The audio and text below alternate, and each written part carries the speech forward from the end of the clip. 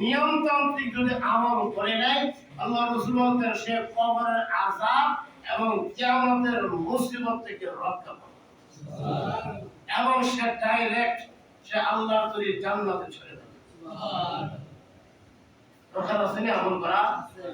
4 নম্বর হলো মিশকাত শরীফের হাদিসে আল্লাহর রাসূল বলেন কেউ যদি এই সূরা মুলক অনুযায়ী আমল করে তাহলে এই সূরা আল্লাহর কোরআন আল্লাহর কাছে তর্ক করব সুপারিশ করব না। সুবহানাল্লাহ। সুবহানাল্লাহ। আল্লাহর কোরআন আল্লাহর কাছে জেরা করব যে তারা আমি দোষী দুনিয়াতে এই কোরআন তো তোমার আল্লাহ কোরআন আল্লাহর কাছে মানে জেরা করব তাহলে এই কোরআন যদি তোমার হয়ে থাকে তো তোমার এই বান্দা দুনিয়াতে আমল করেছে তাহলে আমি তার হক করে তোমার কাছে সুপারিশ করি যতক্ষণ পর্যন্ত তার অপরাধ মাফ না করবে ততক্ষণ আমি সুপারিশ বন্ধ করব। এমনকি তার সকল প্রকারের পাপ মোচন করে দিয়া তাকে জান্নাতের দিকে নিয়ে যাওয়া। ঠিক মিছা কথা না, সব বুখারীর হাদিস। এরপরে বলছে 5টি কাজ করলে কবর আযাব মাফ। কয়টা কাজ? 5টি। কয়টা নেই? 5টা কাজ করলে কবর আযাব মাফ হোক। আমরা কেন চাই মাফ হইতো? মাফ হইতো নি? তাইলে তো মূল বলে তো না 5টি কথা বললে পরে আমল করতে হইব।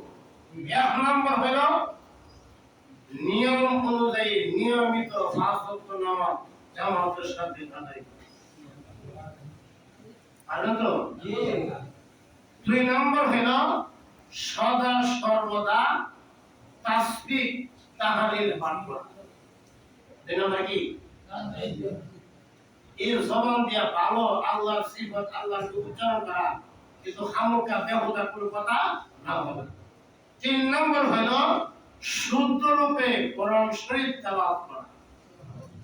অশুদ্ধ রূপে অশুদ্ধ হবে না হয়তো না। কয় নম্বর গেছে? 4 নম্বর হলো গরীব মিসকিন অসহায় দরিদ্র লোক যারা আছে এদেরকে দান খেয়াল করা। আর আমরা গরিবটা কি আছে না সাবধান।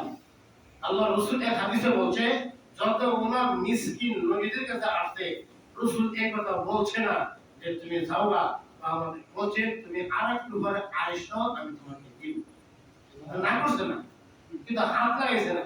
আর আমরা বর্তমানে হাত লাগাই দেই সাবধান এই কাজ করবেন। গরিব মিসকিন যারা আছে